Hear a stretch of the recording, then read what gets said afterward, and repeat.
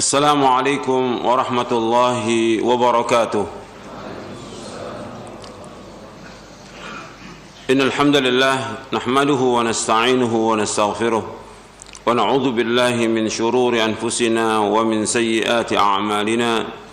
من يهده الله فلا مضل له ومن يضلل فلا هادي له. أشهد أن لا إله إلا الله وحده لا شريك له وأشهد أن محمدا عبده ورسوله. يا أيها الذين آمنوا اتقوا الله حق تقاته ولا تموتن إلا وأنتم مسلمون. يا أيها الناس اتقوا ربكم الذي خلقكم من نفس واحدة وخلق منها زوجها وبث منهما رجالا كثيرا ونساء واتقوا الله الذي تساءلون به والأرحام إن الله كان عليكم رقيبا. يا أيها الذين آمنوا اتقوا الله وقولوا قولا سديدا يصلح لكم أعمالكم ويغفر لكم ذنوبكم ومن يطع الله ورسوله فقد فاز فوزا عظيما. أما بعد فإن أصدق الحديث كتاب الله وخير الهدي هدي محمد صلى الله عليه وعلى آله وسلم وشر الأمور محدثاتها وكل محدثة بدعة وكل بدعة ضلالة وكل ضلالة في النار. Kepada kaum muslimin dan muslimat yang mudah-mudahan dirahmati oleh Allah Ta'ala, alhamdulillah kita bersyukur kepada Allah Subhanahu wa Ta'ala atas segala nikmat yang Allah karuniakan kepada kita, nikmat Islam, nikmat iman, nikmat sehat, nikmat afiat, nikmat dijauhkan Allah dari berbagai macam malapetaka.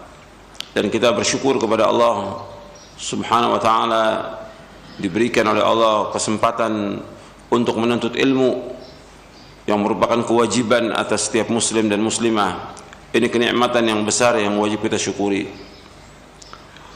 Kemudian setelah kita menuntut ilmu, kewajiban kita berusaha untuk mengamalkan dengan ikhlas dan ittiba'. Ikhwani fiddin, azakumullah. Pada hari ini kita akan lanjutkan kajian kita dari Syarah Aqidah Ahlussunnah wal Jamaah, poin ke-42.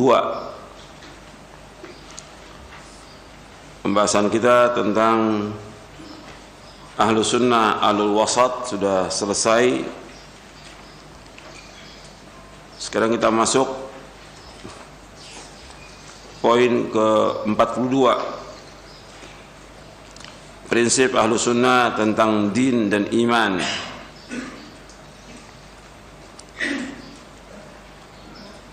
Pembahasan ini mengambil dari berbagai kitab yang dibahas oleh para ulama tentang prinsip Ahlus Sunnah wal Jamaah dalam din dan iman. Saya ambil dari Majmu' Fatawa Syekhul Islam Ibn Taimiyah rahimahullah, kemudian dari kitab Al-Aqidah Al-Wasithiyah, At-Tanbihat Al-Latifah ala mahtawat alaihi Al-Aqidah Al-Wasithiyah, kemudian Mujmal Masail al-Iman wal Kufr al-Ilmiyah fi Usul al-Aqidah as-Salafiyah yang ditulis oleh masyayikh yang menulis kutaib kecil tentang Mujmal Masail al-Iman wal Kufr al-Ilmiyah fi Usul al-Aqidah as-Salafiyah yang ditulis oleh Syekh Masyhur Hasan bin Hasan Al-Salman, Syekh Ali bin Hasan Al-Halabi, Syekh Muhammad Musa Al-Nasr, Syekh Salim bin Id Al-Hilali, Syekh Husain bin Auda Al-Waisyah, dan Syekh Basim bin Faisal Al-Jawabirah. Artinya satu kutaib kecil berkaitan dengan prinsip Ahlus Sunnah tentang din dan iman yang ditulis oleh 6 masyayikh. Kita akan bahas tentang masalah ini. Masalah ini masalah besar, masalah iman, masalah kufur, masalah besar. Yang pertama kali terjadi fitnah masalah ini antara Ahlus Sunnah dengan Khawarij. Yang kemudian setelah itu timbul Qadariyah, Murji'ah dan yang lainnya. Prinsip Ahlus Sunnah tentang din dan iman, termasuk prinsip Ahlus Sunnah wal Jamaah, ini poin ke-42 di halaman 355 Syarah Aqidah Ahlussunnah wal Jamaah. prinsip Ahlussunnah tentang din dan iman, termasuk prinsip Ahlussunnah wal Jamaah bahwa din dan iman adalah qaulun, ucapan dan amal, perbuatan. Qaulun wa amalun. Dan ini sepakat seluruh ulama Ahlussunnah bahwa iman itu qaulun wa amal, perkataan dan perbuatan. Artinya perkataan hati dan lisan, amal hati, lisan dan anggota tubuh. Iman itu bertambah dengan ketaatan dan berkurang karena perbuatan dosa dan maksiat.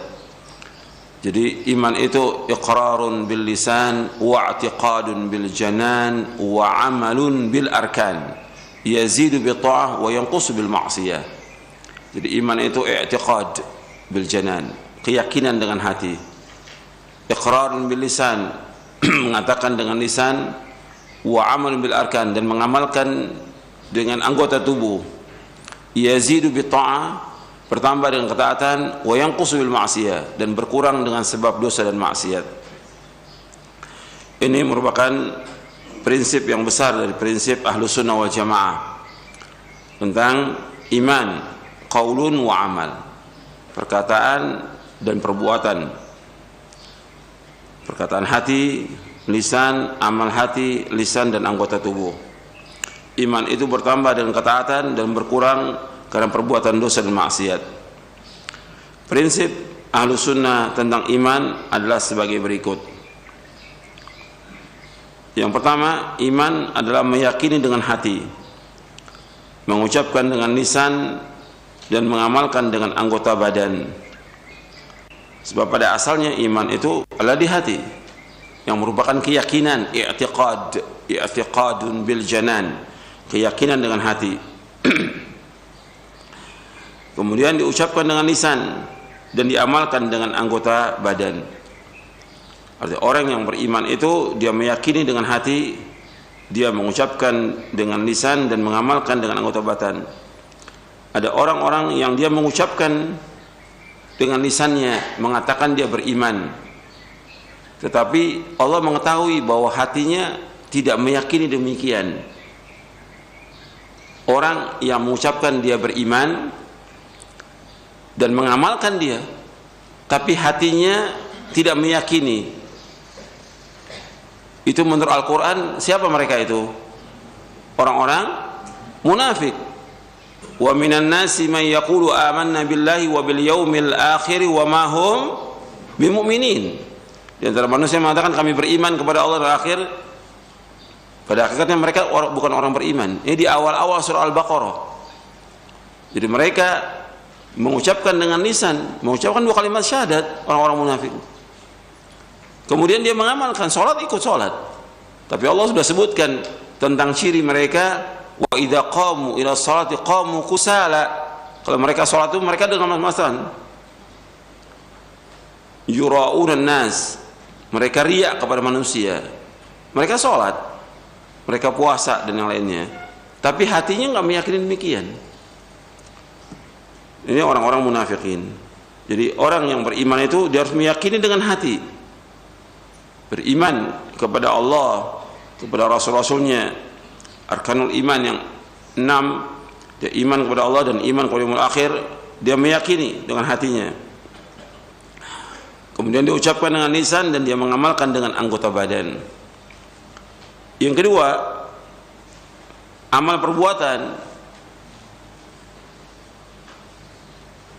Amal perbuatan dengan keseluruhan jenisnya yang meliputi amalan hati dan amal anggota badan adalah termasuk hakikat iman.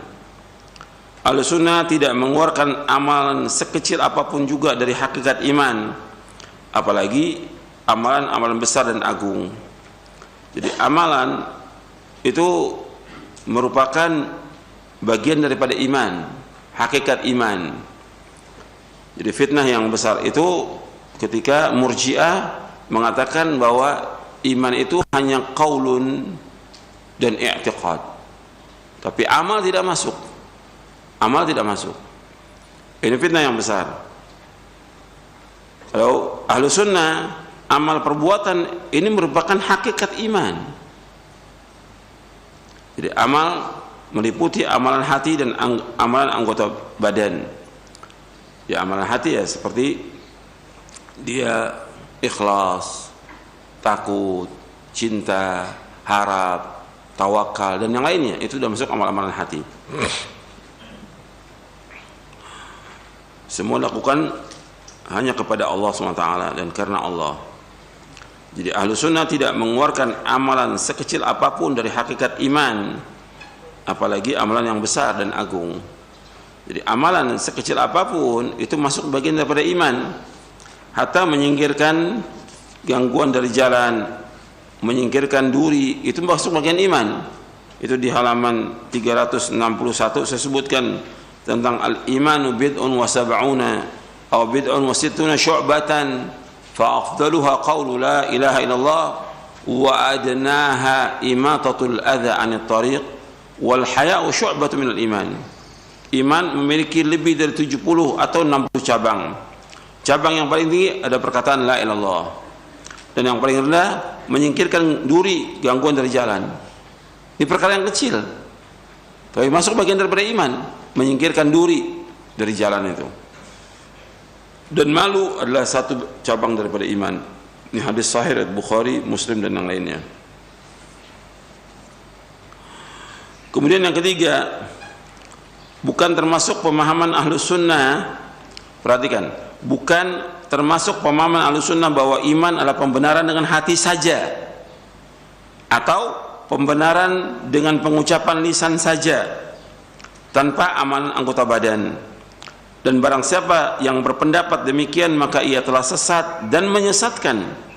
Sesungguhnya pemahaman seperti ini berasal dari kejelekan faham kaum Murji'ah. Ini susunan tentang prinsip iman ini saya ambil dari Mujmal Masail Iman wal Kufr al-Iman fi Usul Aqidah As-Salafiyah.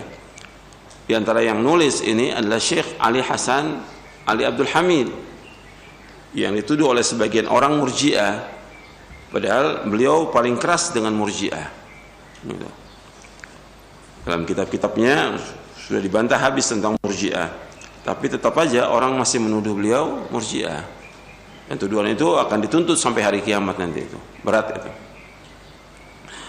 Jadi tentang iman itu hanya pembenaran dengan hati atau ucapan lisan, ini pemahaman Murji'ah. Dan sebenarnya saya sudah sedikit jelaskan tentang Murji'ah, untuk melihat di halaman 351 ketika kita membahas tentang wasati al-sunnah.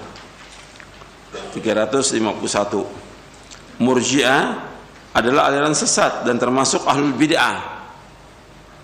Berasal dari kata irja, yang berarti pengakhiran, sebab mereka mengakhirkan atau memisahkan amal dari iman.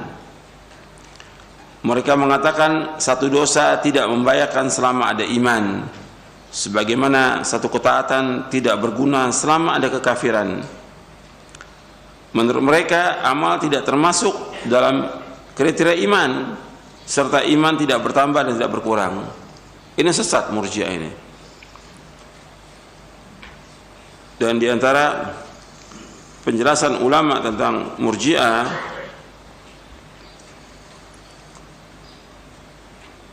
jadi Murji'ah firqatun dhalalah wa madhhabu radi'un batil laysa ala nahji sunnah wa ahliha wala minhu, lakin la nukhrijuhum minal millah kama nassa ala dhalika al-imam Ahmad wa naqala dhalika anhu Syekhul Islam mukiran lahu fi mawadhi' minha fi majmu' al-fatawa. Jadi Murji'ah adalah firqah yang sesat. Ini penjelasan Syekh Ali Hasan Ali Abdul Hamid dan juga masyayikh yang lainnya. Mazhab yang jelek dan batil. Mereka tidak berjalan di atas pemahaman ahlu sunnah wal jamaah, dan tidak termasuk dari ahlu sunnah Murji'ah. Akan tetapi kita tidak mengeluarkan mereka dari agama, sebagaimana dijelaskan yang demikian oleh Imam Ahmad dan dinukil oleh Syekhul Islam Ibn Taimiyah di dalam kitabnya Majmu' Fatawa di juz yang ke-12 dan juga di juz yang ke-23. Dan Murji'ah juga ada beberapa kelompok. Ada Jahmiyah Murji'ah, ada Karamiyah, ada Murji'ah fuqaha, dan juga dimasukkan oleh para ulama tentang Asy'ariyah. Jadi Asy'ariyah termasuk yang mengatakan bahwa iman at-tasdiq hanya membenarkan saja. Ini dijelaskan oleh Syekhul Islam di dalam Majmu' Fatawa di juz yang ke-7. Jadi akhwani fiddin azakumullah, ini masalah iman ini masalah besar. Menurut Murji'ah bahwa iman itu satu kesatuan. Jadi nggak bisa kemudian dia dihilangkan.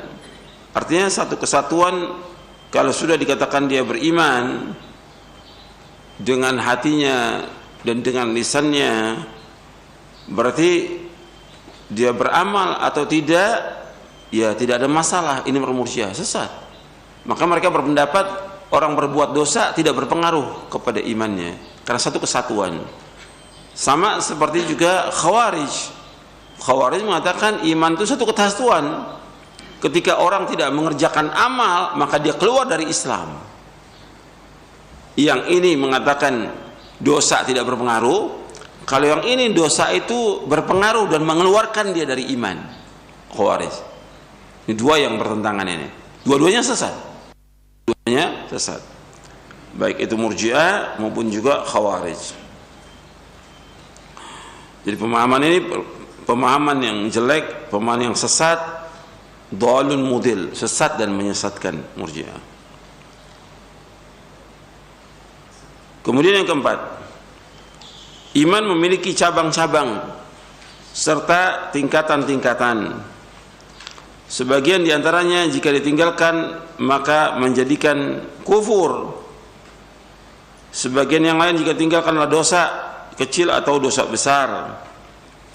Dan sebagian yang lain jika ditinggalkan akan menyebabkan hilangnya kesempatan memperoleh pahala dan menyia-nyiakan ganjaran. Jadi iman itu bercabang seperti yang sudah kita baca tadi hadisnya di halaman 361. Iman itu lebih dari 60 atau 70 cabang. Yang paling tinggi la ilaha illallah, yang paling rendah menyingkirkan gangguan jam, dan iman haya itu, malu itu masuk bagian daripada iman. Jadi diantaranya kalau ditinggalkan menjadikan kufur. Seperti sholat. Sholat disebutkan para ulama kufur, tapi bukan berarti bahwa dia keluar daripada Islam, kecuali kalau orang yang dia mengingkari tentang kewajibannya. Ini masalah sholat ini, apakah orang yang meninggalkan itu kafir atau tidak, ini khilaf yang sudah lama dari para ulama. Tapi jumhur ulama berpendapat bahwa orang yang meninggalkan sholat yang wajib, yang 5 waktu, karena kebodohan, karena kelalaian, dan dia masih mengakui tentang kewajibannya, tidak dikafirkan. Dan ini pendapat yang kuat. Tapi yang disepakati, kalau seandainya mereka mengingkari kewajiban sholat yang 5 waktu itu, bahwa sholat yang 5 waktu bagi saya tidak wajib, atau orang dari Thariqah Sufiyah mengatakan bahwa saya ini sudah mencapai hakikat ma'rifat, tidak wajib lagi sholat, kafir dia. Kalau orang mengingkari tentang kewajiban sholat itu kafir, sepakat itu seluruh ulama. Tapi yang diikhtilafkan kalau dia meninggalkannya karena kebodohan, karena kelalaian, atau karena kebiasaan atau yang lainnya. Tetap perbuatan ini dikatakan kufur. Sama seperti yang Allah sebutkan dalam Al-Quran, wa man lam yahkum bima anzalallah fa ulaika humul kafirun. Barang siapa yang tidak berhukum dengan hukum Allah maka dia kafir. Ini kan nanti ada pembahasannya sendiri nanti tentang berhukum dengan hukum Allah. Dikatakan kafir, tapi dikatakan oleh Ibnu Abbas ketika menafsirkan ayat itu yang terdapat dalam surah Al-Maidah, kata Ibnu Abbas radhiyallahu anhu, yaitu kufrun duna kufrin. Kufur di bawah kekufuran. Sama seperti dikatakan oleh seorang tabi'i yaitu Tawus bin Kaisan rahimahullah, bahwa yang dimaksud dengan wa man lam yahkum bima anzalallahu fa ulaika humul kafirun ay kufrun duna kufr. Kufur di bawah kekufuran, tidak dikeluarkan dari Islam. Dan itu mesti ada rinciannya yang dibahas oleh para ulama. Yang nanti kita akan bahas itu. Jadi ini masalah amal, masalah iman. Ketika orang meninggalkan cabang iman ini, sholat merupakan cabang iman yang tinggi. Dia cabang iman yang tinggi, ya rukun iman yang 6, kemudian rukun Islam yang 5. Itu cabang-cabang iman yang tinggi. Dari 60 cabang itu atau 70 cabang yang paling tinggi ini. Ketika dia meninggalkan sholat, maka dia melakukan perbuatan kufur. Tapi kufrun duna kufrin, tidak langsung dikatakan orangnya kafir. Sholat merupakan kewajiban yang besar. Yang pertama dihisab dari kamu sholat. Bukan masalah kecil, masalah besar. Dan sebaik-baik amal, wa'alamu anna khaira a'malikum as-shalah. Ketahuilah sebaik-baik perbuatan kalian adalah sholat. Sebaik-baik amal kalian sholat. Maka enggak boleh orang menganggap remeh masalah sholat ini. Tapi yang jadi masalah ketika orang itu meninggalkannya karena kebodohan seperti yang terjadi sekarang ini. Banyak kaum muslimin yang meninggalkan sholat. Apakah dia pegawai atau pekerja, pedagang di pasar, atau satpam, atau supir, atau pelajar, atau yang lain, banyak yang meninggalkan sholat.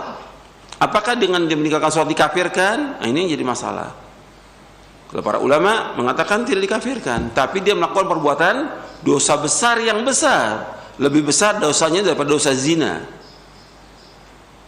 lebih besar dari dosa membunuh dan yang lainnya. Sebagaimana penjelasan Al-Imam Ibnu Qayyim dalam kitabnya As-Shalah wa Hukmu Tarikiha, dan juga penjelasan para ulama yang lain tentang masalah ini. Jadi ada di antara amal-amal yang kalau ditinggalkan dia kufur. Dan dalam Islam ada perkataan kalimat kufur bukan berarti orangnya kafir. Seperti Nabi menyebutkan SAW, sibabul muslimi fusuqun wa qitaluhu kufrun. Sibab artinya mencaci maki orang mukmin merupakan kefasikan, dosa. Dan memeranginya kufur. Memeranginya itu kufur, bukan berarti orang yang memerangi orang muslim kafir, tidak. Bahkan Allah mengabadikan dalam Al-Quran dua kelompok yang mereka berperang, tapi Allah tetap masih menyematkan iman dalam hati mereka. Wa in ta'ifatani minal mu'minina iqtatalu fa aslihu bainahuma. Dalam surah Al-Hujurat, apabila dua kelompok orang yang beriman berperang, maka kamu islah, damaikan mereka. Tapi Allah masih menyebutkan kalimatnya apa? Mukmin, tidak dikafirkan. Padahal ini perbuatan dosa besar, memerangi orang mukmin dosa besar, tapi tidak dikafirkan. Kemudian ada sebagian lain lagi, jika ditinggalkan dia termasuk dosa kecil atau dosa besar. Ada perbuatan yang amal yang dia tinggalkan termasuk dosa besar. Perbuatan-perbuatan yang termasuk dosa besar. Berbakti pada kedua orang tua merupakan cabang iman dan wajib. Ketika ditinggalkan dia telah berbuat dosa besar. Maka jilbab itu wajib. Ketika dia meninggalkan, dia melakukan perbuatan dosa besar. Sampai Nabi mengancam mereka dengan apa? Dengan masuk neraka. Sinfani min ahli nar, dua golongan yang termasuk ahli neraka. Dan antaranya Nabi menyebutkan SAW, yaitu nisaun kasiyatun ariyatun ma'ilatun mumilat ru'usuhunna ka'asnimatil bukhtil ma'ila la yadkhulna al-jannata wa la yajidna rihaha. Kata Nabi SAW, ada dua golongan yang dia diancam masuk neraka. Pada zaman Rasul aku enggak melihat mereka. Yang pertama, orang-orang yang membawa pecut seperti buntut sapi, yadribuna bihan nas, yang dia pukul manusia. Yang kedua, nisaun kasiyatun ariyat, perempuan-perempuan yang berpakaian tapi telanjang. Berpakaian tapi telanjang. Mereka berjalan berlenggak-lenggok, kepala mereka seperti punuk onta. Mereka tidak masuk surga dan tidak mencium aroma surga. Ini perkataan Rasulullah SAW. Hadis yang sahih diriwayatkan oleh Imam Muslim dari sahabat Abu Hurairah radhiyallahu an. Ini ancaman. Perhatikan ya, ini bentuknya ancaman. Bukan berarti kalau orang nggak pakai jilbab pasti neraka, tidak. Ancaman sama seperti ancaman kullu bid'atin dhalalah wa qudulatin finnar. Setiap bid'ah itu sesat, setiap kesesatan tempat neraka. Ini ancaman. Bentuknya ancaman, bukan memastikan orang itu masuk neraka, bukan. Tapi bentuknya apa? Wa'id, ancaman. Itu harus perhatikan tuh. Banyak orang salah paham. Ketika kita menjelaskan ada tentang ancaman ini, dianggap wah kita memastikan orang masuk neraka. Tidak, dan tidak boleh. Jadi ada orang meninggalkan perbuatan yang kalau ditinggalkan perbuatan itu dia melakukan perbuatan dosa besar. Atau perbuatan dosa dia melakukan perbuatan dosa, seperti syiar Islam yang besar, sholat berjamaah. Ini syiar Islam besar. Sholat Jumat, syiar Islam besar. Ketika orang meninggalkan sholat berjamaah di masjid, dia dosa besar. Bahkan dimasukkan oleh sahabat Abdullah bin Mas'ud radhiyallahu an, termasuk orang apa? Yang nggak sholat berjamaah termasuk orang apa? Munafik. Nah, riwayatnya akhir ini sahih, diriwayatkan oleh Imam Muslim dalam sahihnya. Bukan masalah kecil. Sebab ini syiar agama Islam, sholat berjamaah. Lah, azan dikumandangkan 5 waktu, terdengar oleh semua orang. Untuk apa azan? Untuk manggil orang sholat berjamaah. Kalau dia orang beriman mesti datang dia. Tapi ketika dia tidak datang, ini imannya nggak beres ini. Di sini dia berbuat dosa. Karena Allah memerintahkan untuk berjamaah dalam surah Al-Baqarah di ayat 43, wa aqimus salata wa atuz zakah warka'u ma'arraqin. Dirikanlah salat, keluarkanlah zakat, dan rukulah bersama orang yang ruku. Artinya salat sedang berjamaah.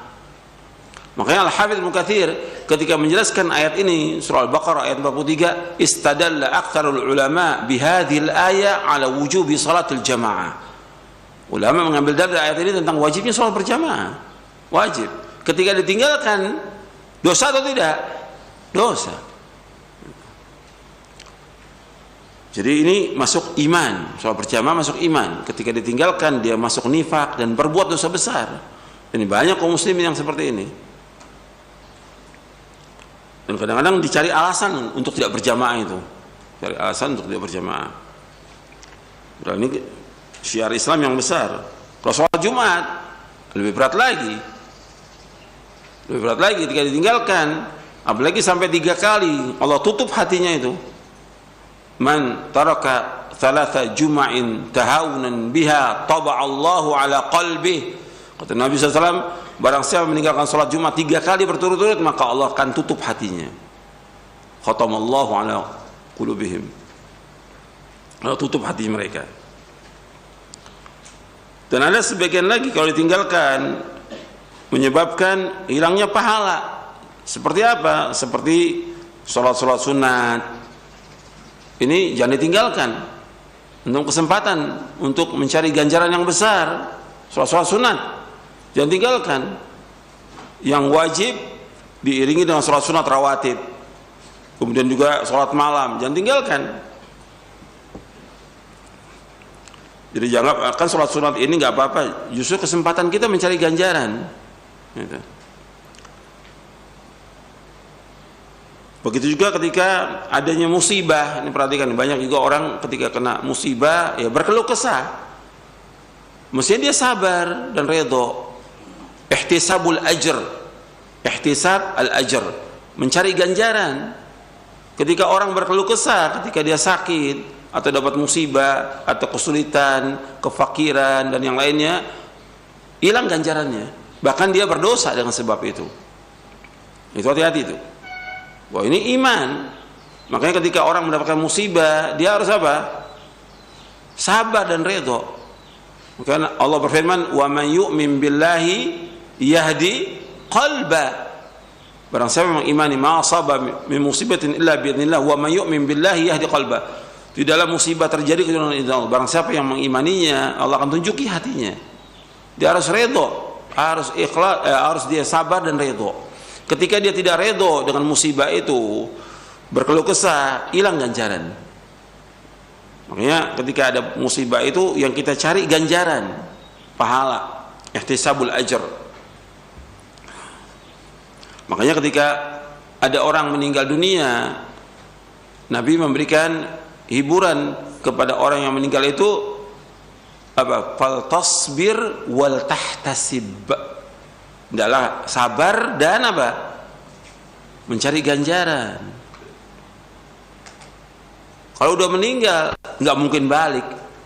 Hatta orang nangis, teriak, meratap dan yang nggak bakal balik. Udah ajal.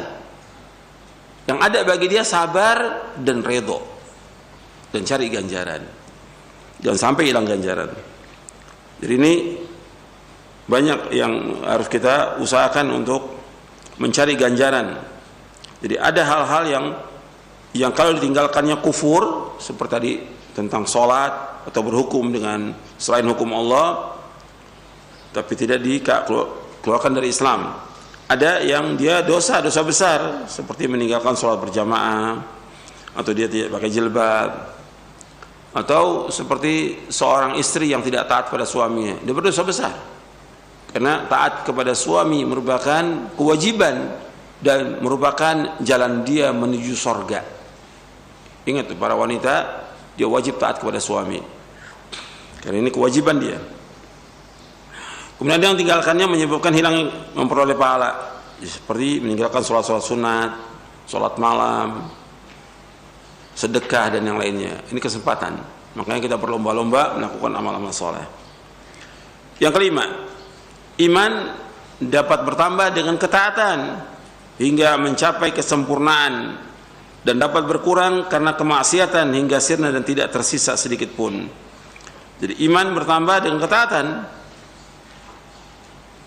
Dan ini penjelasan para ulama bahwa iman itu bertambah dan berkurang. Dalil tentang iman itu bertambah untuk melihat di halaman 358 359.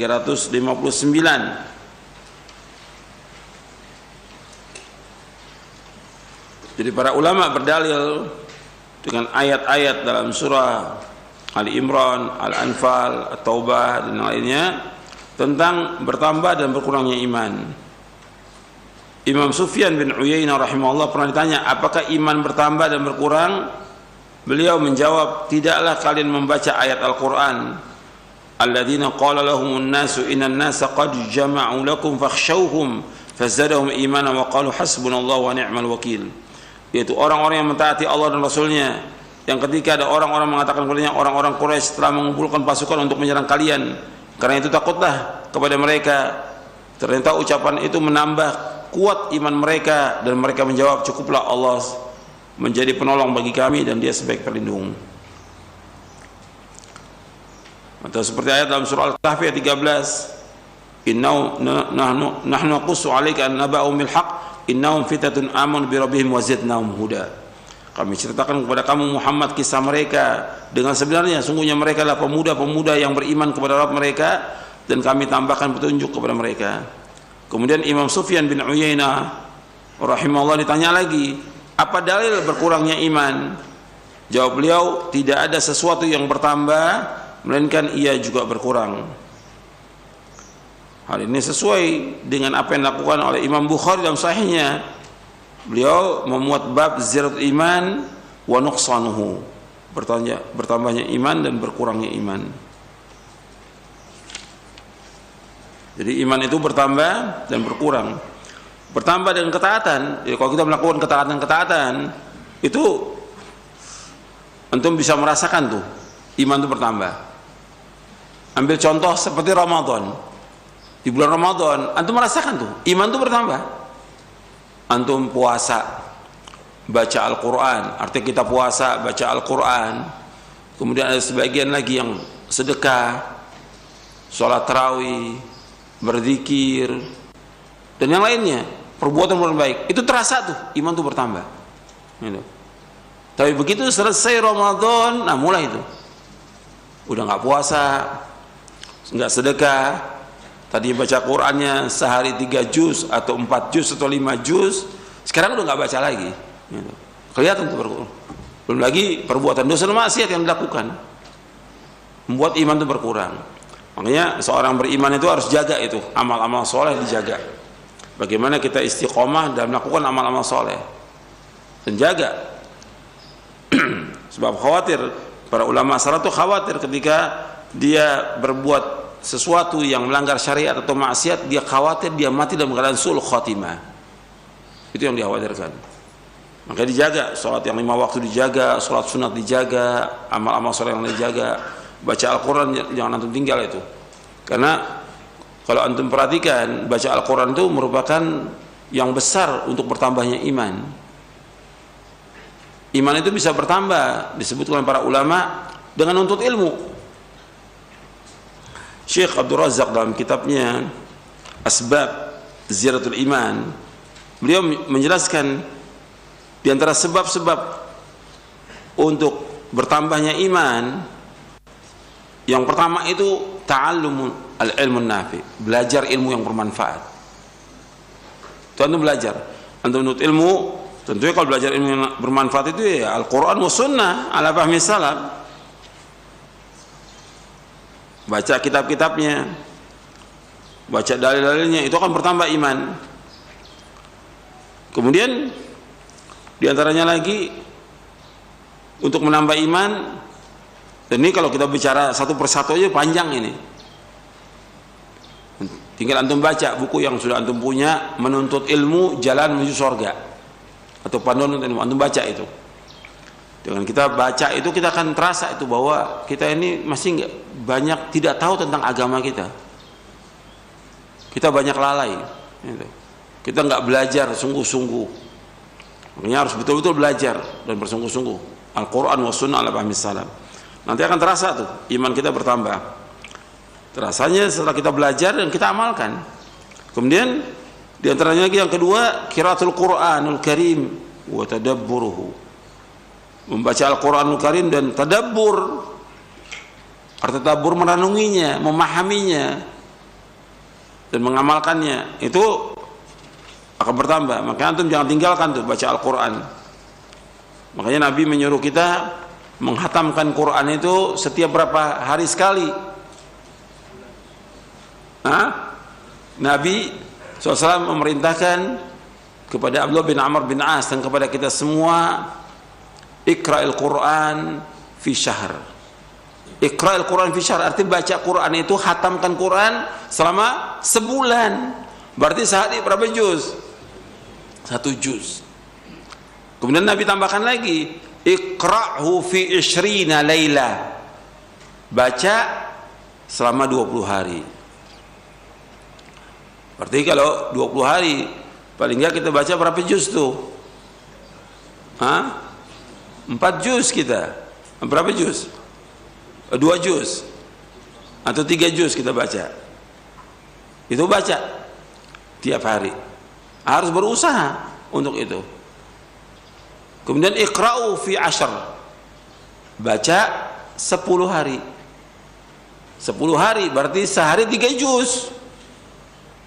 3 juz. 10 hari. Quran 30 juz. Sekarang suruh hatamkan selama 10 hari. Ini Nabi yang suruh hatamkan 10 hari. Iqra'hu fi 70. Bacalah selama 7 hari. Hatamkan Quran selama 7 hari. Berarti paling enggak minimal 4 juz sehari itu. Dan ada waktu kita. Bukan enggak ada waktu. Pagi ada waktu. Siang ada waktu. Sore ada waktu. Malam ada waktu. Masa enggak ada waktu? Enggak mungkin enggak ada waktu. Quran nomor 1 itu, perhatikan. Baca Al-Quran. Kemudian iqra'hu fi 70. Bacalah 7 hari. 7 hari itu wala tazid wala dzalik. Jangan kurang daripada itu. Ini yang hadis riwayat Bukhari dan Muslim. Ada juga yang diriwayatkan oleh Imam Ahmad, Tirmidzi dan yang lainnya. Ada riwayat juga dari Abdullah bin Amr, dia masih, ya Rasulullah saya masih sanggup, ya Rasulullah saya masih sanggup, sampai disebutkan 3 hari. Kemudian kata Nabi jangan kurang dari 3 hari, karena orang tidak akan paham. Artinya Abdullah bin Amr waktu itu tetap mengatakan masih sanggup, bukan seminggu, saya masih kuat 4 hari, masih kuat 3 hari. Kata Nabi boleh 3 hari, jangan kurang. Berarti kalau 3 hari, sehari berapa juz? 10 juz sehari, 10 juz. Ini sahabat yang melakukannya. Dan ini yang sesuai dengan syariat. Kalau Anda perhatikan di sini, jadi kalau sahabat melakukannya seperti itu, nggak ada orang di muka bumi yang lebih dari sahabat. Kalau ada cerita atau dongeng mengatakan ada orang yang khatam Quran 1 hari 30 juz, ini cerita bohong semuanya. Nggak mungkin ada orang bisa melampaui sahabat, tidak mungkin. Udah. Itu perhatikan tuh. Ada riwayat katanya Imam Syafi'i khatam sehari 2 kali. Ini cerita bohong semua, tidak ada sanadnya sama sekali. Tapi ini kan terus dari mulut ke mulut. Para dai juga menyampaikan seperti itu. Dia sendiri nggak baca tuh si dai-nya. Katanya 2 kali khatam dalam sehari. Mesti tanya, antum sendiri berapa kali khatam? Kalau ditanya begitu, saya 2 bulan sekali baru khatam. Buat apa dibawa cerita itu? Apa manfaatnya? Paling nggak diambil, paling tidak diambil yang sebulan.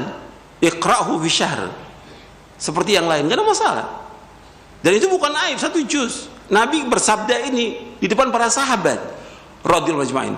Baca Quran, khatamkan selama sebulan. Memang ada tingkatan-tingkatan orang yang tidak mampu dia. Sehari 2 atau 3 juz atau 4 juz atau 10 juz. 1 juz. Itu paling ringan sudah. Jangan kurang daripada itu.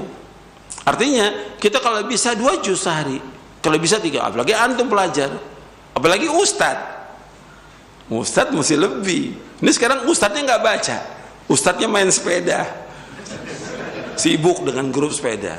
Nah gimana? Akan bertambah imannya. Bertambah iman itu dengan baca Al-Quran, tadabbur Al-Quran, baca, nanti baca tafsirnya. Jadi kalau ada riwayat menyebutkan tentang Imam Syafi'i mengatakan, nggak mungkin ada orang mengatakan lebih dari sahabat, nggak mungkin. Itu cerita tanpa sanad, itu nggak ada sanadnya. Jadi yang paling kuat riwayatnya 3 hari, berarti sehari berapa juz? 10 juz. Ini aja Abdullah bin Amr bin As yang juga dia disuruh puasa Daud juga, dia minta puasa masih kuat, puasa Daud. Di akhir hayatnya dia mengeluh, kenapa saya nggak terima rukhsah dari Rasulullah SAW. Nggak kuat dia ternyata. Jadi orang ini kan mengamalkan terus sampai tua berat. Coba kalau kata Nabi 7 hari hatamkan atau 10 hari, keringan.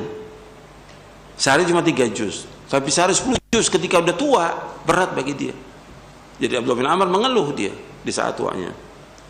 Kemudian di antara yang dapat iman ini bertambah yaitu ma'rifatu asma'illahil husna wa sifatil ula. Mengenal nama-nama Allah yang baik dan sifat yang tinggi. Ma'rifatu asma'illahil husna wa sifatil ula. Mengenal nama-nama Allah yang indah dan sifat yang tinggi. Ini juga kalau kita pelajari, masya Allah akan bertambah iman kita. Kemudian diantara yang menambah iman kita, ta'ammulu siratin Nabi Al-Karim sallallahu alaihi wasallam. Jadi memperhatikan sirah Nabi yang mulia sallallahu alaihi wasallam. Karena kalau kita memperhatikan bagaimana Nabi SAW melakukan amal-amal soleh, bagaimana beliau itu adalah orang yang paling berani, yang paling dermawan. Dermawan, tiap hari sedekah, dermawan. Orang yang paling baik akhlaknya, sehingga bertambah iman kita kepada Allah Subhanahu wa taala. Dan beliau tidak pernah tinggalkan amal soleh. Kemudian memperhatikan tentang indahnya agama Islam ini, ta'ammulu mahasinuddin al-islami, memperhatikan tentang keindahan agama Islam. Kemudian di antara yang dapat menambah iman lagi, qiraatu siratis salafi hadhil ummah. Qiraatu sirati salafi hadhil ummah, membaca sirah generasi yang pertama dari umat ini. Kemudian yang dapat menambah iman lagi, ta'ammul fi atillahil qauniyah, yaitu memperhatikan tentang ayat-ayat Allah al-kauniyah, itu yang di alam semesta ini, seperti yang Allah sebutkan di akhir surah Ali Imran.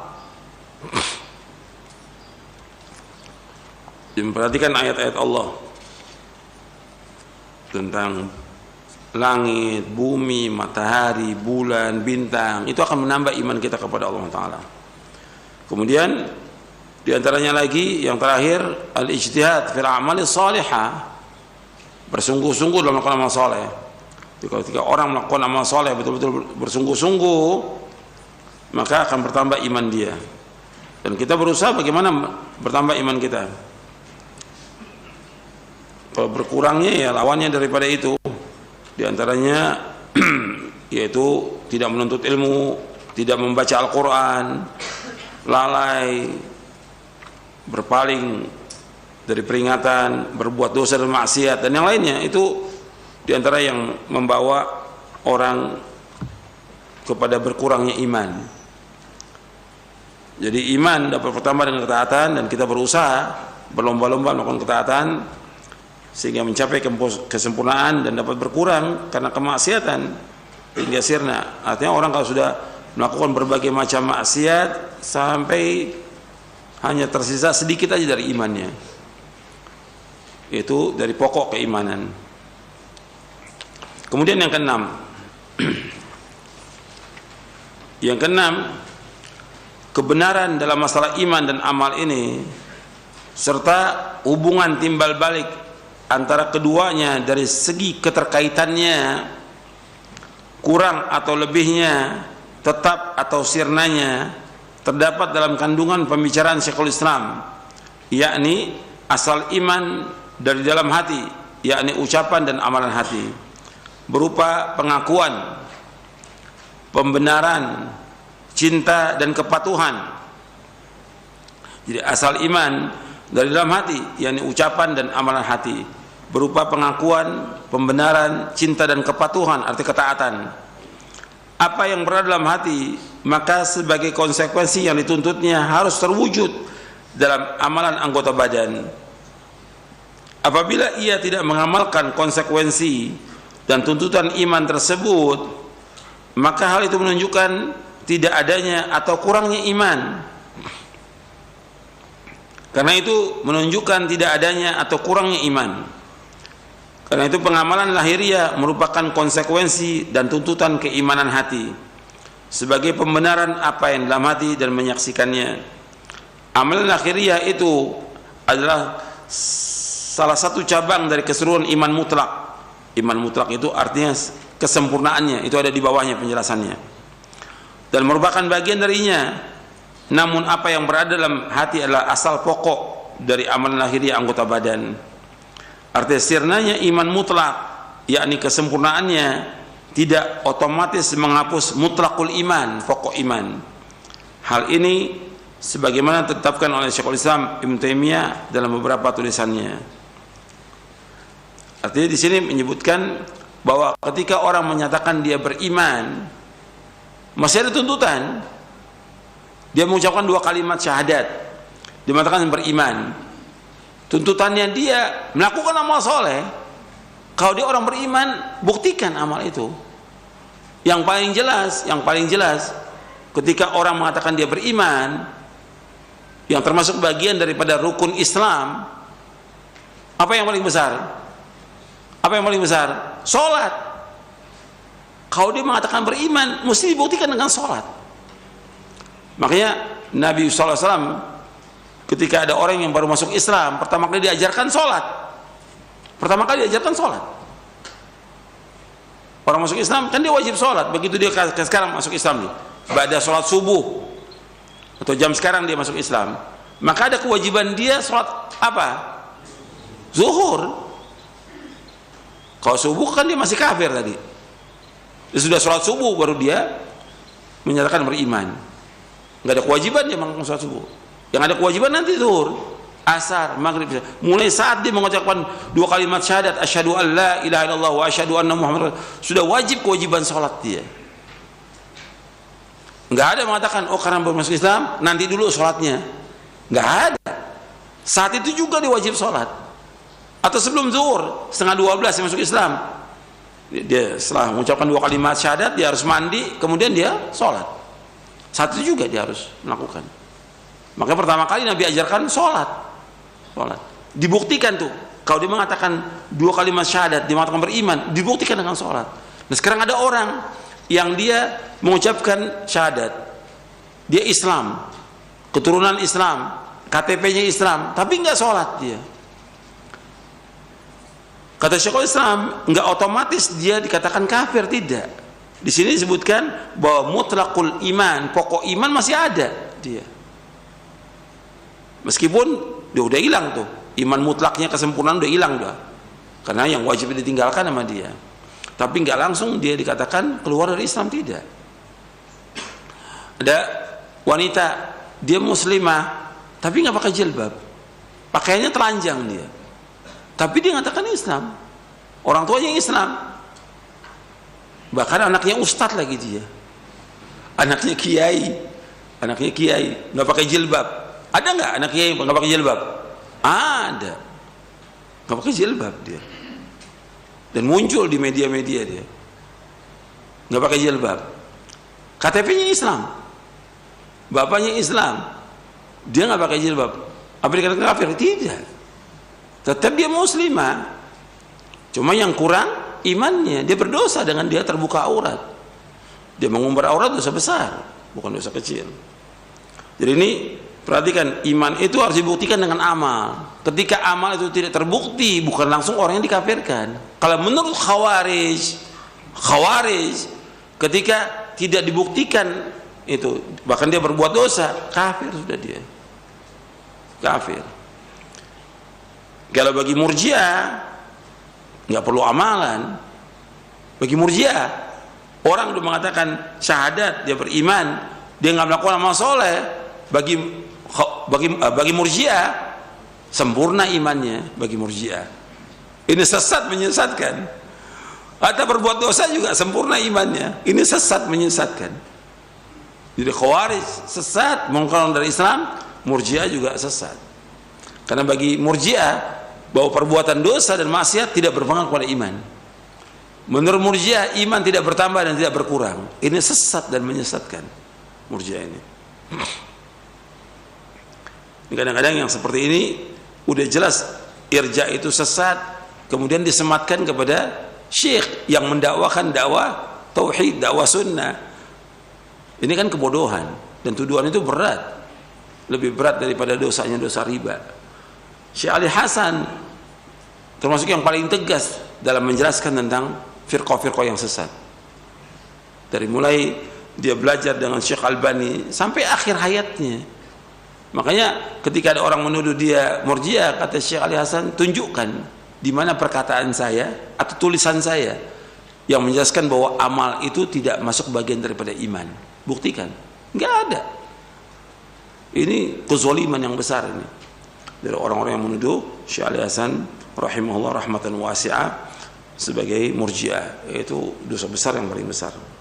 Karena menuduh orang yang beriman, menuduh seorang ulama dengan Murji'ah, ini bukan masalah kecil, masalah besar. Akan dituntut sampai hari kiamat nanti. Kemudian yang ketujuh, penggunaan istilah syarat kesempurnaan atau syaratul kamal yang sekarang banyak dibicarakan oleh sebagian kalangan adalah istilah yang baru yang tidak ada dalam Al-Quran, As-Sunnah, maupun ucapan salafus saleh dari 3 generasi pertama yang terbaik, sahabat, tabi'in dan tabi'ut tabi'in.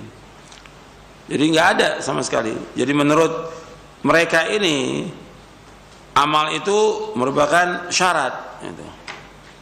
Jadi kalau nggak dilakukan hilang. Ya sama seperti Khawarij nanti. Kalau Khawarij mengatakan kalau orang tidak melakukan amal atau dia berbuat dosa besar, maka dikafirkan dia. Jadi istilah syaratul kamal atau syaratus sihah ini enggak ada dalam Quran maupun Sunnah dan juga dalam perkataan salafus saleh. Ya, sampai sini dulu, sampai 7 poin. Nanti yang lainnya insyaallah kita lanjutkan. Itu saja yang perlu saya sampaikan, mudah-mudahan bermanfaat untuk saudara sekalian. Kurang lebihnya saya mohon maaf. Wassalamualaikum Muhammadin sallallahu alaihi wasallam. Subhanakallahumma bihamdik asyhadu an la ilaha illa anta astaghfiruka wa atubu ilaik. Assalamualaikum warahmatullahi wabarakatuh.